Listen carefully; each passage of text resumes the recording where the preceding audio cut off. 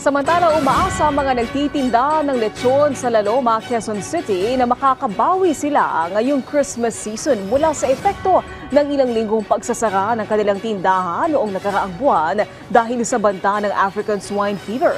Si Harley Valbuena sa sentro ng balita, live. Naomi, 2 araw bago ang Pasko, matumal pa ang dating ng mga bumibili ng lechon dito sa La Loma, Quezon City. Si Nanay Corazon, may-ari ng isang lechonan na 1952 pa itinayo dito sa La Loma. Kasama siya sa mga naapektuhan ng 3 linggong temporary closure ng mga tindahan ng lechon noong nakaraang buwan dahil sa banta ng African Swine Fever. Kaya umaasa siya ngayong Christmas season, mababawi nila ang nawalang kita. Para makabawi kami, meron kaming kitas para sa mga tao namin. Kasi taon-taon binibigyan ko sila ng bonus.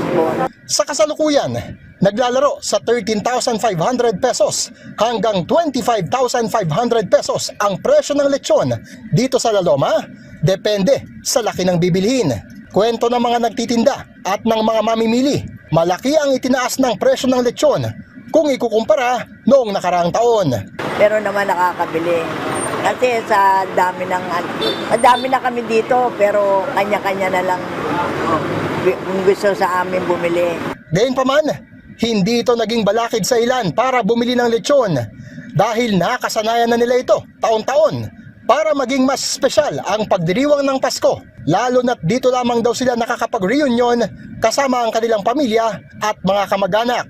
Oo, taon-taon. Tsaka pagka dumating din yung kapatid ko from abroad, bibili rin kami. Siyempre, dahil yung lechon is,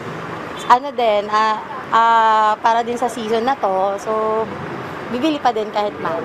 Una nang tiniyak ng lokal na pamahalaan ng Quezon City na ASF-free na ang lahat ng tindahan ng lechon sa La Loma. Kaya't makasisiguro ang mga mamimili na ligtas ang bibilihin nilang lechon. Sa ngayon, ay hindi pa ganoong karami ang mga nag-walk-in para bumili ng lechon dito sa La Loma. Ngunit inaasahang sila ay dadagsa sa mga susunod na araw habang papalapit naman ang bagong taon. Naomi? Maraming salamat, Harley Valbuena.